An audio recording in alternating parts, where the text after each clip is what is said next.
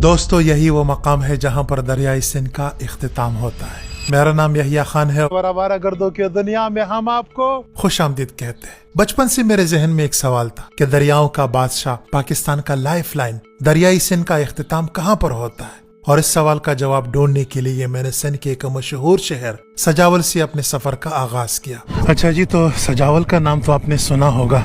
ये सजावल शहर है। सजावल से ठट्टा और ठट्टा से गाड़ो शहर पहुंच गया। गाड़ो शहर की खासियत यह है कि पूरे पाकिस्तान को पान का पत्ता ये शहर सप्लाई करता है। इस शहर में पान के बड़े बड़े फार्म है। इस शहर को खुदा हाफिज कहने के बाद चलो जी, बहुत बहुत शुक्रिया, बहुत खुशी हुई आपसे मिलकर। मैं सिंध के एक दूर दराज इलाके कैटी बंदर की तरफ रवाना हुआ।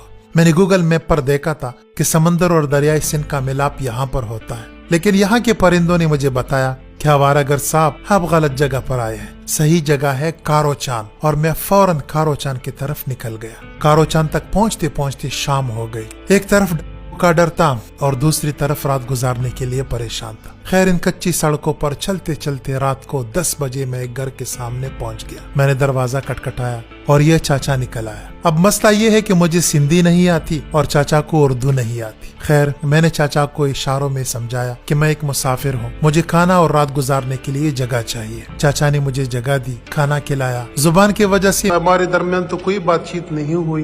वो मुझे देखकर हंसता था और मैं उसको देखकर हंसता था। खैर, चाचा ने सुबह नाश्ता करवाया और मुझे गाइड करते हुए मैं वहाँ से रवाना हुआ और सुबह 8 बजे मैं अपनी मंजिल पर पहुँच गया। इस मकाम का नाम है कारोचान और यही वो मकाम है जहाँ पर दरियाई सिंध का इख्तिताम होता है। मेरे फेवरेट शायर खलील जिब्रान ने अपने एक नज़म में कहा था कि दरिया समंदर में शामिल होने से पहले एक लम्हे के लिए खौफजदा हो जाता है। दरिया को अपनी मौत से पहले वो तवील सफर याद आता है जो उसने बर्फ पोश पहाड़ों के दरमियान से शुरू किया था। यहाँ पर दरिया को अपना मौत नजर आता है क्योंकि दरिया वापस नहीं बहते। इस तरह हम इंसान भी ना चाहते हुए 2x6 की एक छोटी सी जगह की तरफ रवा दवा है। दरिया ने अपनी निशानी समंदर की सूरत में छोड़ी है। 100 साल बाद शायद हमारी कोई नामो निशान भी ना हो। चलता हूँ, खुदा हाफिज।